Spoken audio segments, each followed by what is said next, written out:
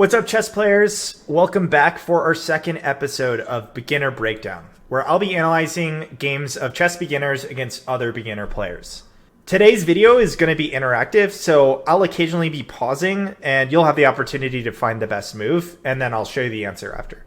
If you enjoy the content I'm producing and you find it instructive, be sure to like and subscribe. That really helps support my channel. So unlike in our first episode where we analyzed 3 games, I'm going to keep it a little shorter today, and we're just going to be looking at one game from a player who just started playing in the last month.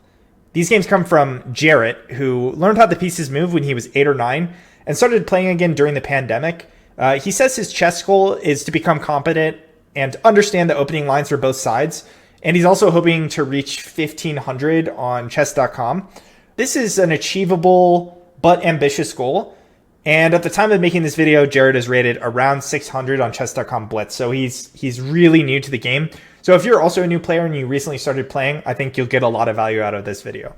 Our game today comes from when Jarett was rated 485, and he's playing a time control of 10-0, so that's 10 minutes total on his clock, and 0 seconds increment, so 0 seconds added on each additional move. As I said in our first video, I think this is a great format for a beginner player. Gives you lots of time to think about each individual move, but you can still play lots of games at this time control.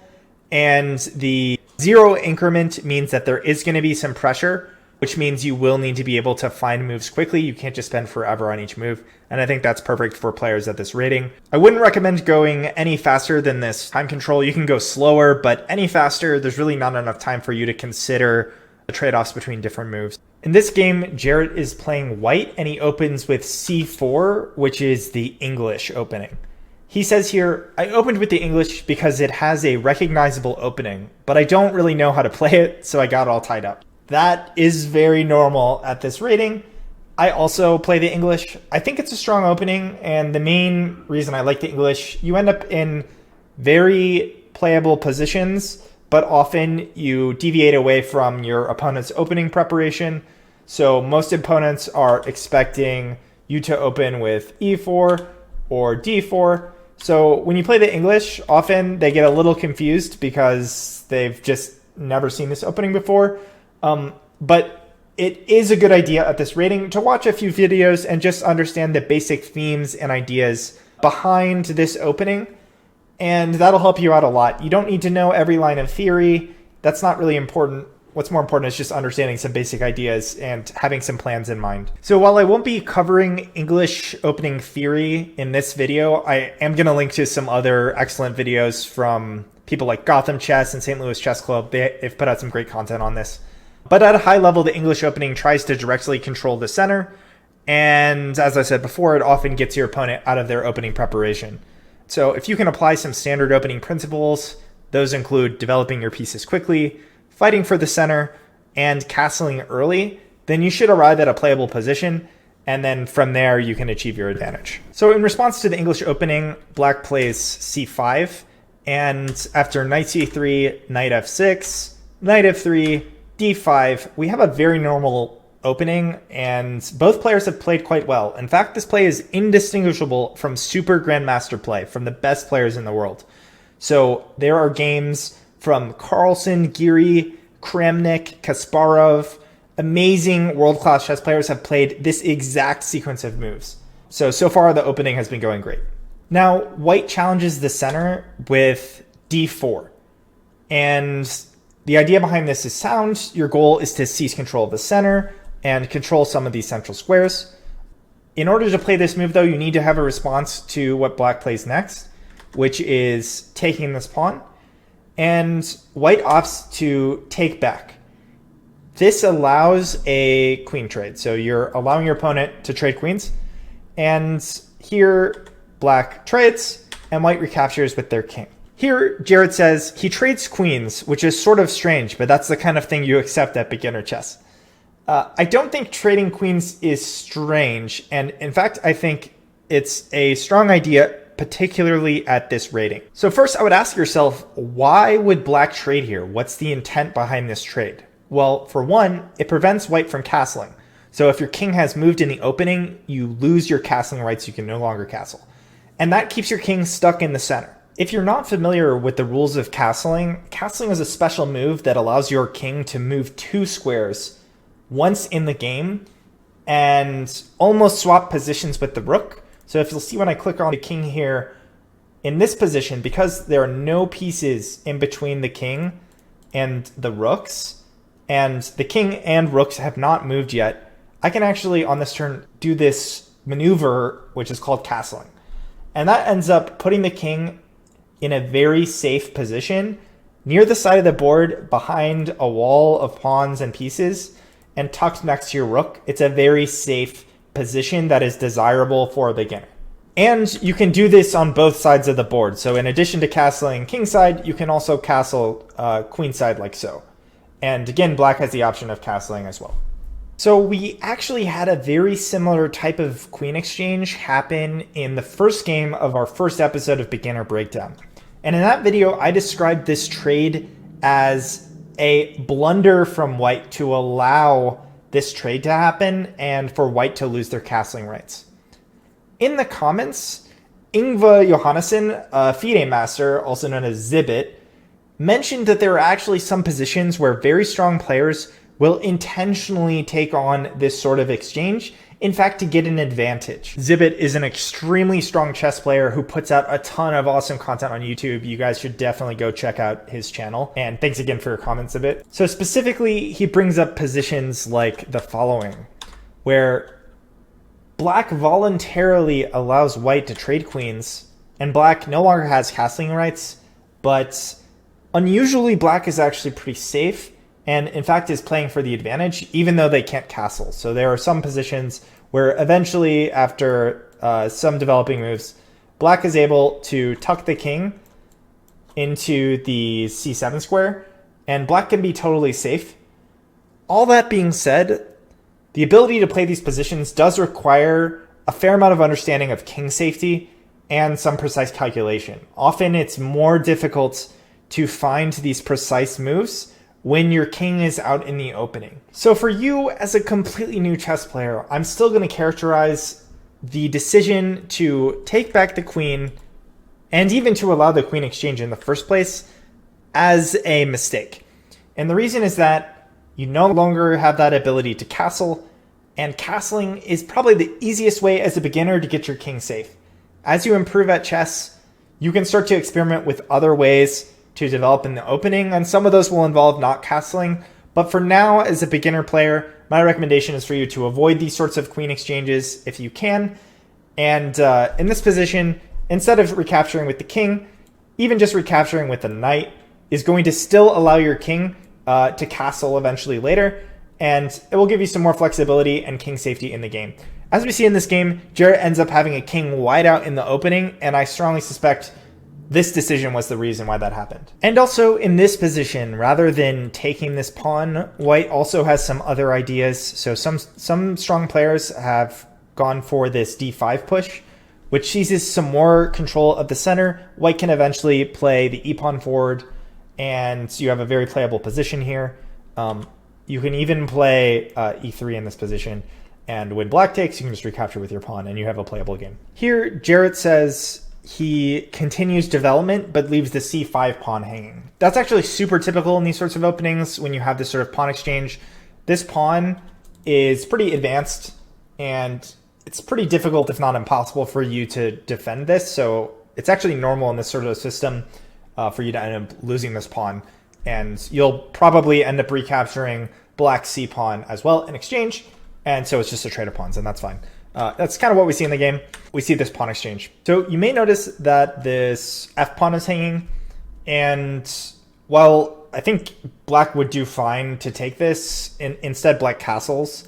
But in this position, I think this is sort of the first critical moment, and white decides to develop their bishop and try to occupy some central squares. So Jarett says, kind of lost what to do here, but just trying to apply pressure to his pieces and occupy those central squares. This bishop is very active, so from that perspective, this is good. I think giving up this pawn is not the end of the world, but it's not ideal. And to me, this is just another side effect of having your king stuck in the center. In this position, the engine actually gives the best move as king to e2 instead of developing this bishop, which is a very hard move to find. It's very counterintuitive. It flies in the face of many of the opening principles you may have been taught. Key principle is that with the queens off the board, the king is actually safe in the center. And the king is a piece too, so the king is defending this f2 pawn.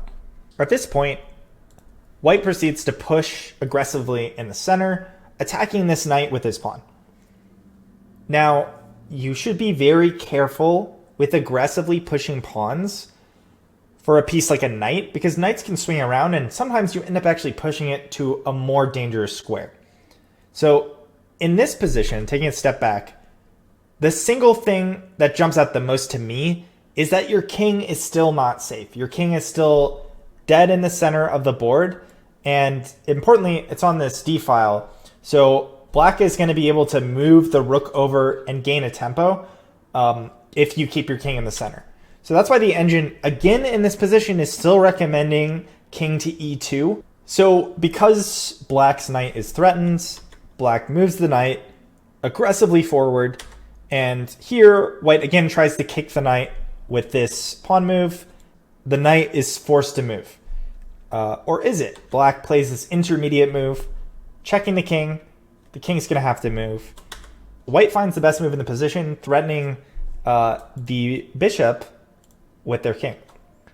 Now, in this position, black plays bishop e3. So pause here and try to find the best move for white in this position.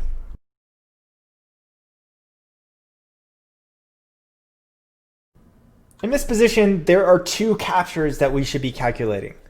The first is this knight that we were originally threatening with this pawn. So the first move we should analyze is the move that Jarett played in the game, which is pawn takes knight. Now after pawn takes knight, the black bishop can recapture our bishop, because remember, our bishop was undefended this whole time. So in fact, after this sequence, it's just an even trade of material. So we don't win anything necessarily. We traded a bishop for a knight. Those are both pieces of equal values, so that's not a super advantageous trade. The other trade to analyze here is bishop takes bishop. And the knight is under attack still by our pawn, so the knight would have to take the bishop. And we could easily just recapture it with our king. And at the end of this exchange, you'll note that we have a bishop, two knights, and two rooks. Against two rooks, a bishop, and a knight. So we're up a full piece. That's a huge advantage in chess. This would have put Jarett in a completely winning position. So as we said in the game, Jarett did take this knight. And this, I think, is often a byproduct of tunnel vision. Specifically what I mean in chess is when, let's say you have a plan on this turn, and then your opponent makes a move. If you're still thinking about that same plan and not thinking about what has changed in the position, then you're stuck in tunnel vision. So this is an easy habit to get into, and it's also relatively easy to get out of. And the way you get out of this is just by spending a little bit more time to think about what has changed in this position based off my opponent's last move. So let's analyze this game after we take the knight and they take our bishop. How does this position look to us? Well, the first thing to count is just raw material. And if you don't know the value of pieces, there's a rough rule of thumb. Rooks are worth 5 points. Knights and bishops are both considered to be worth 3 points.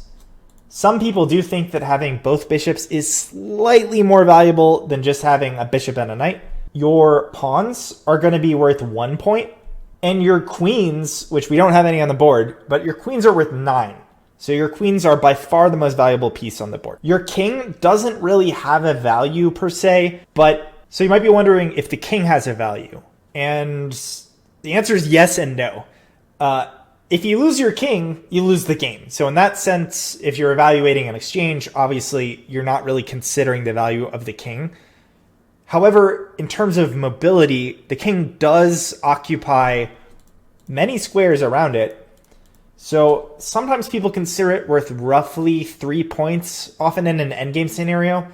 But in a middle game or the opening, we're not really going to consider the value of the king when we're evaluating whose pieces are better and who has more material. So doing a quick audit of how many pieces each side has, we see that on our side, we have the 2 rooks, we have 1, 2, 3, 4, 5 pawns, 2 knights, and a bishop. Now on the black side, they have 1, 2, 3, 4, 5, 6 pawns, 2 rooks, a bishop, a knight, and a bishop. So black has the bishop pair, which as I said is slightly better than just having a knight and a bishop. So that's 1 plus in black's favor. Black is also up a pawn, and otherwise material is even. Now the next thing we want to look at in this sort of position is the quality of our pieces. And you can see white has actually very active pieces. So 2 knights that are developed, a bishop that's out, this rook, which is controlling this whole file, and this rook, which will very easily swing in and be active in the game. On the other hand, black's bishop and knight are both undeveloped. So that's 1 plus in white's favor. There's not a rule of thumb for how positional strengths outweigh material considerations, but this is just something that you will learn to intuit as you get better at chess. The other consideration in this position is the pawn structure. This is a little bit more advanced, but we'll talk about it very briefly. White has what are called doubled pawns. So these 2 pawns do not protect each other, as opposed to this sort of pawn structure up here, where we have this F pawn defending its neighbor pawn. This sort of structure is generally advantageous in an endgame because often these pawns can protect each other, which means it's easier to keep control of all your pawns. Whereas these doubled pawns, often in endgame scenarios, they can become weak and targeted and get picked off in an endgame. So we would consider these sorts of pawns generally a disadvantage for white. So in this position, Jarett plays knight to e4, and I can't criticize him for this move. I think it makes sense to centralize this knight. The knight is covering a number of important squares around the king and in the enemy's territory. So from all of those perspectives, this is a good move. The only issue is there's a better move in this position strategically, and it relates to the fact that black hasn't really completed their development of this bishop and knight. So if you immediately contest this d file, instead of playing the knight in with either of your rooks, now we're targeting all of these squares, and you'll note that the black rook is still not defended. So it doesn't have this coordination with the other rook, which means black is forced to make a move. So I think in practical terms, this idea of contesting the d file makes play pretty challenging for black, and many natural seeming moves will give up this drawn position and give white an advantage. So for instance, exchanging rooks allows white to have strong control over this d file. There's nothing contesting it. White is slightly better in this position.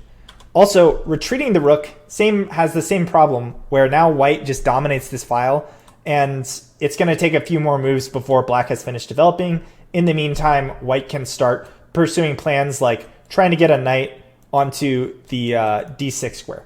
Finally, the engine gives this rook d7 idea as the best defensive idea for black, and this ends up tying up black's pieces a little bit. It's a little awkward for black to develop here. Here, Jarett plays the same moves as the engine, just in the reverse order.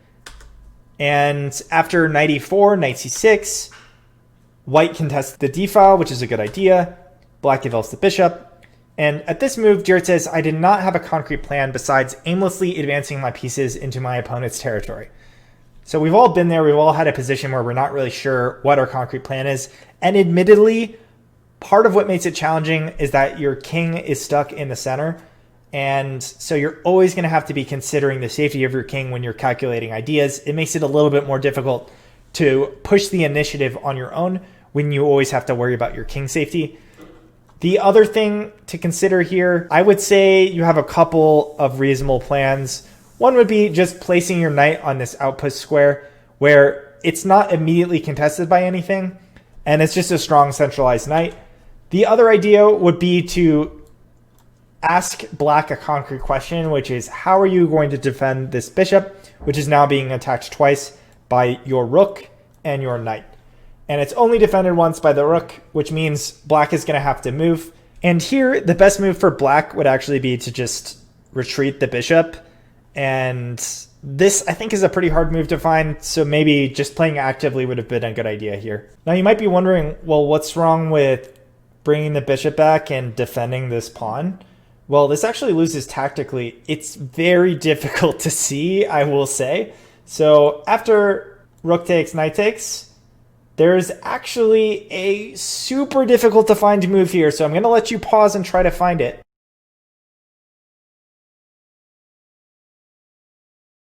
The crushing blow in this position is knight d3. It's super hard to see that this actually will trap the bishop. And you'll note that most of the squares that the bishop has to retreat are occupied or attacked by a white piece. And if you retreat all the way back, then actually g5 traps the bishop. So that's very hard to see. I wouldn't expect you to see that, but it's a cool variation. In the game, after g3, white loses another pawn in the center. White starts trying to make their king safe. I'm glad that you're trying to get your king away from the danger in the center. We see a few more moves, and then white opts to trade. And I think this is very clearly a strategic mistake. Now, to understand why, let's look at the position before this trade happens. So in this position, white is controlling all of these squares with this knight. So this knight serves as a really strong defensive piece, but also could potentially swing in and become an offensive piece at some point in the future. After this trade, let's look at what the position looks like. Well, this is what happens in the game. Now we have no strong defender near our king, and we've given this black knight a monster home in the center of our territory. It's controlling so many squares in our space, and it makes play quite difficult for white, and that's what we see in the game. So what I would recommend is, before you consider a trade, if you're not winning material, be very careful about just trading for the sake of trading. Often you end up allowing your opponent to bring a piece deeper into your territory with a free tempo, because you've basically given them a move to recapture your piece, and that is not ideal. I'm going to link in the comments to a great video on this topic called "To Take is a Mistake" by Igor Smirnov, who's a grandmaster. Highly recommend checking that out, and he goes into much greater depth on this specific concept. Here, Jarett retreats his bishop because it's under attack by the knight. This black knight starts wreaking havoc on the position. Jarett says he starts picking me off at this point, and I got tilted for leaving so many pawns hanging, and he gets a tempo with this check. So understandably a frustrating position. Again, almost all of this comes back to that issue of a centralized king. I think these positions are just a lot more difficult and nuanced to play, so I would recommend castling early to avoid this situation. Here, black develops their bishop, and we see the first major tactical mistake from white. So here I'd like you to pause and find the best move for black.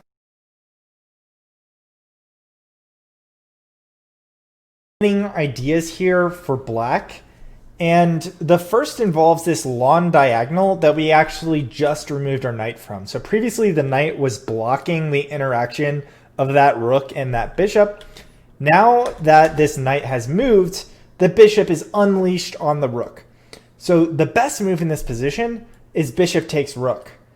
And you'll see the problem here. If we try to recapture that bishop with our rook, we're actually no longer defending our knight. And so in this position, you'll note black is up 2 rooks and a knight against a rook and a bishop. So that's a large advantage for black. Similar idea in this position, actually also rook takes knight is also winning, because this rook is overloaded. It can't simultaneously defend the knight and the rook. So if we take this rook, then black is going to go up a full rook. And this is also a crushing advantage for black. Black doesn't take advantage of either of these tactics and instead plays this check. White moves their king and black pushes a pawn. Here, black threatens white's rook. So as we said, the knight is worth 3 and the rook's worth 5. So normally in this sort of position, you would want to move the rook, and that's what Jarett does.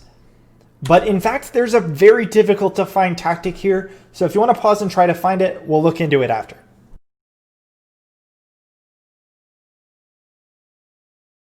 So the winning idea here is very tricky to see, and the first move is actually one most people would reject outright because it's just sacrificing your rook.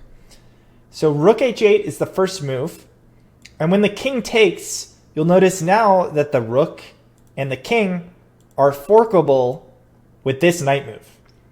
This is with check, so the king must move, and in this position, rook takes gives check again.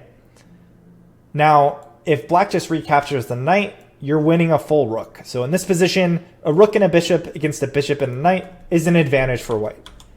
So instead, if black just takes the rook and knight recaptures, here we've solved many of the positional problems that we had before, and now we're also adding another attacker to this pawn, which we will likely win, and that position is more drawish. So we've gone from an entirely losing position to a drawn position. But again, this tactic was super difficult to find, so I would not expect someone at this rating to find it. As we said, Jarett moves his rook because it's under attack by the knight. That's good to see in general. Again, that tactic was super hard to find. And black gives up their rook for the knight, which is a losing exchange. This is called voluntarily sacking the exchange.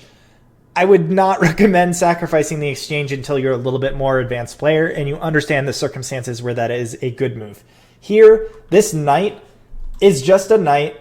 It's not threatening anything concretely immediately, so it doesn't need to be picked off like this.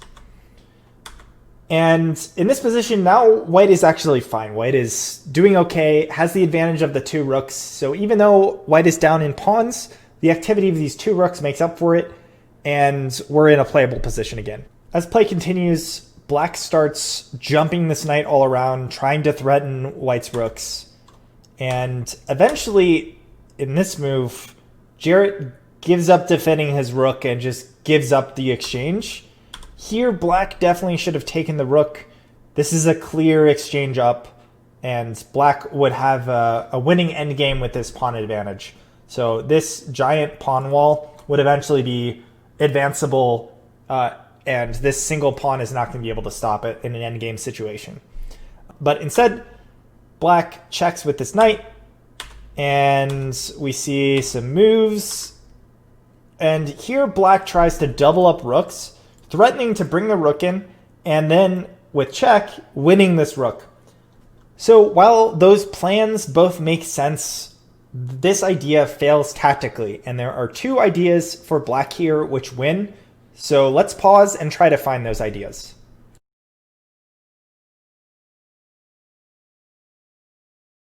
The first idea is simply winning the exchange like we've discussed.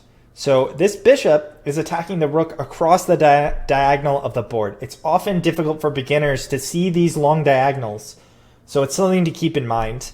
And taking this rook with this bishop is a clear exchange up, and as I said before, this pawn advantage is actually a very easy to win endgame for black. So this would be a winning exchange for black. The other idea is what was played in the game, which is this knight fork. This knight threatens the rook and the king, and because the king is in check, the king is forced to move, and now we can pick up that rook. So that was played in the game and is a winning tactical sequence for black. Now I'm going to zoom through the rest of this endgame. There aren't many critical moments because black is completely winning here. It's very difficult for white to develop plans in this type of position. But the main thing to note is that black's winning idea here is just to continue simplifying, to continue trading pieces down, because that pawn advantage is going to become relatively more significant when there are more pieces off the board.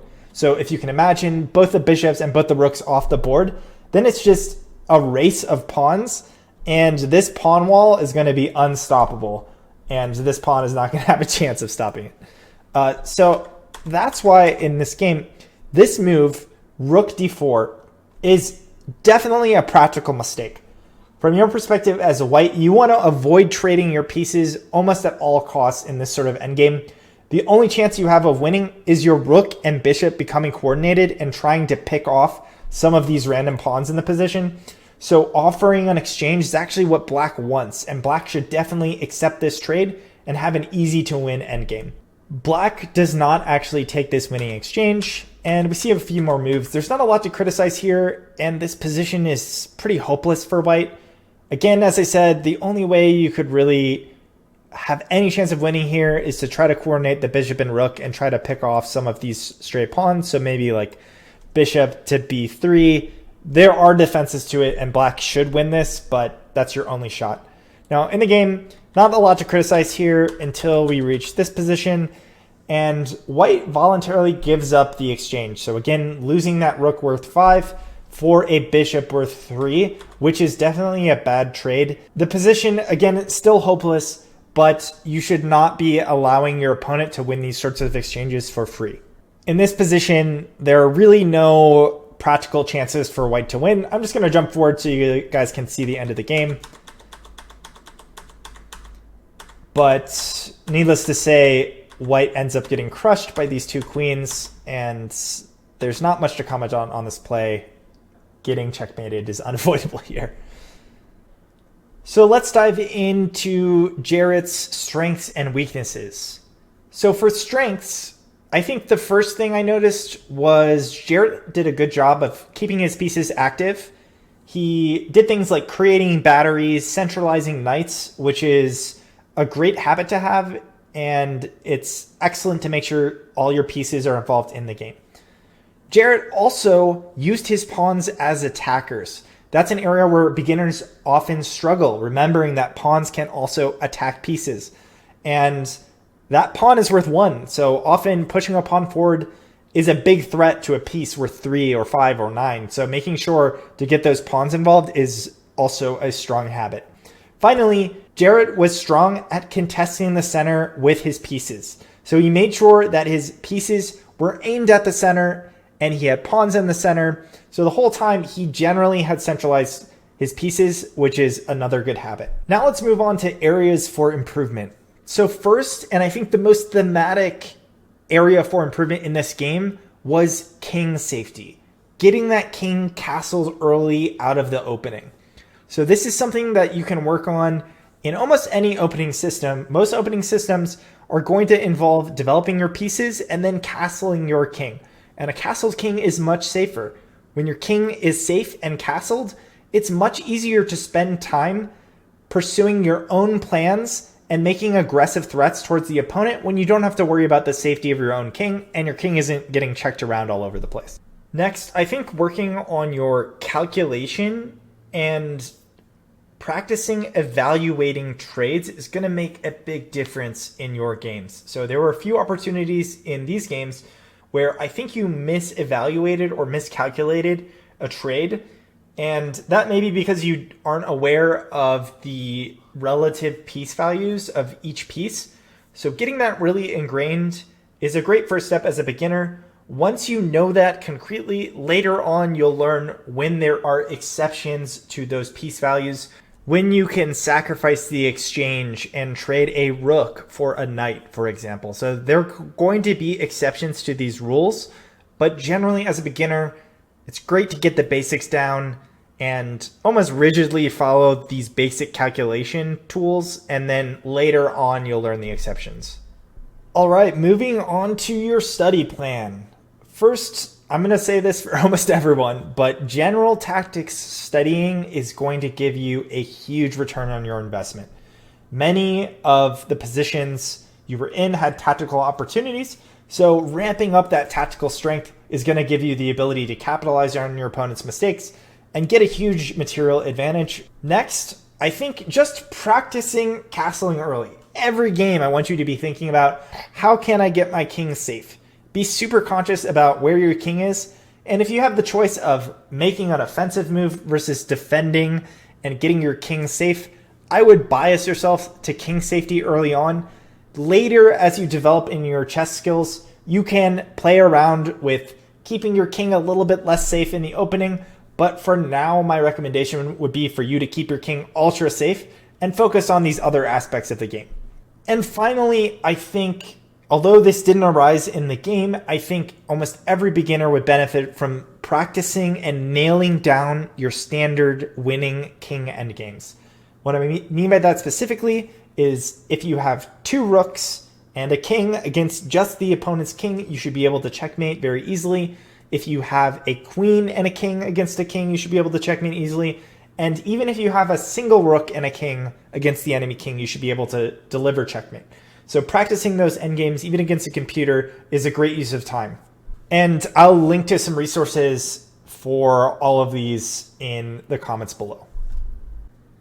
Thank you again for checking in for our second episode of Beginner Breakdown. If you enjoy this content, I would really appreciate if you subscribe. I'm going to be trying to continue putting out more quality content like this in the future. And if you're interested in me analyzing one of your games, I'm going to be posting my email below, and you can shoot me an email with information on how long you've been playing chess, what your chess goals are, and a couple sample games with your own analysis, and I might include it in a future video. Speaking of our next video, one of the best ways to improve as a beginner is to analyze games on your own without using an engine. So I've actually picked out our next game for our next video. This game comes from Will, who's rated around 1100. And go ahead and try to analyze it without an engine. Post your analysis here in the comments and talk about where did things go wrong? Where were the critical moments where Will made a mistake and the position slipped? And what are Will's strengths and weaknesses? What were the critical moments? And when I put up my next video, you can compare your own analysis to my analysis and see if there were any major gaps in your analysis. Really looking forward to your comments. And until next time, have a good one.